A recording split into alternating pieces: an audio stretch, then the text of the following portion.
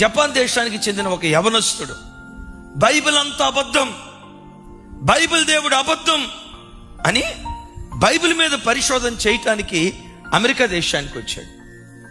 వచ్చే పరంపరలో ఓడరేవు దిగాడు. ఆ దిగిన చోట డబ్బులు బ్యాగ్ ఆ హోటల్లో భోజనం చేసే చోట ఆ బ్యాగ్ మర్చిపోయాడు. తను వెళ్లాల్సిన కాలేజీకి వెళ్ళాడు. వెళ్ళిన తర్వాత గుర్తొచ్చింది, అరే నేను బ్యాగ్ మర్చిపోయానే, ఈ విస్తారమైన డబ్బుల్లో అది ఉంటే ఎంత పోతే ఎంత, సరే ఏదేమైనా 3 సంవత్సరాలు బైబిల్ క్షుణ్ణంగా చదివి బైబిల్కు వ్యతిరేకంగా నేను పుస్తకాలు రాయాలి అని చెప్పి 3 సంవత్సరాలు బైబిల్ మీద అధ్యయనం చేశాడు. బైబిల్కు వ్యతిరేకంగా రకరకాల పుస్తకాలు చదివాడు.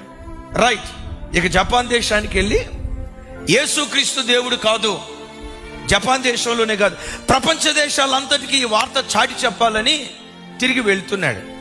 సరిగ్గా ఆ ఓడర్ రావటం కాస్త లేట్ అయింది. గతంలో ఏ హోటల్లో భోజనం చేశాడో అదే హోటల్కి వెళ్ళి టిఫిన్ చేద్దామని వెళ్ళాడు. ఆ హోటల్లోకి వెళ్ళటంతో ఆ హోటల్ యజమానుడు ఈయన్ని చూసి, సార్ 3 సంవత్సరాల క్రితం మీరు ఒక బ్యాగ్ పోగొట్టుకున్నారు కదా. అవును బాబు, దానిలో డబ్బులు ఉండాలి. సార్ ఆ బ్యాగ్ ఎక్కడో పోగొట్టుకోలేదు సార్, మా హోటల్లోనే మీరు విడిచిపెట్టి వచ్చేయలేదు సార్.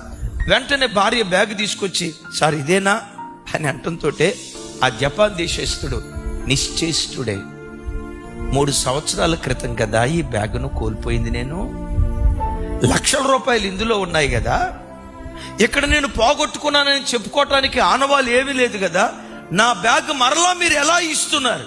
ఏ దేవుణ్ణి పట్టుకొని ఇంత నీతిగా బ్రతకడం ప్రారంభించారు? అప్పుడు వాళ్ళు చెప్పారట, మేము ఆరాధించే దేవుడు నజరేయుడైన యేసుక్రీస్తు ప్రభువారు. ఆ జపాన్ దేశస్తుడు అన్నాడట, యేసుక్రీస్తును ఆరాధించే మీరే ఇంత నీతి కలిగిన వారైతే మీరు ఆరాధించే దేవుడు ఇంకెంత నీతి కలిగిన వాడై ఉంటాడో కదా. అక్కడికక్కడే సాగిలపడి యేసుక్రీస్తును స్వరక్షకునిగా అంగీకరించి జపాన్ దేశంలోకి దైవజనుడుగా అడుగుపెట్టాడట. ఆ జపాన్ దేశస్తుడికి ఎవడు ప్రసంగం చేశాడు సార్?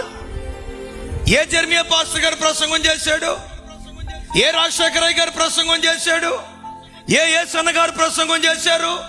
ఏ దేవదాసయ్య గారు ప్రసంగం చేశారు?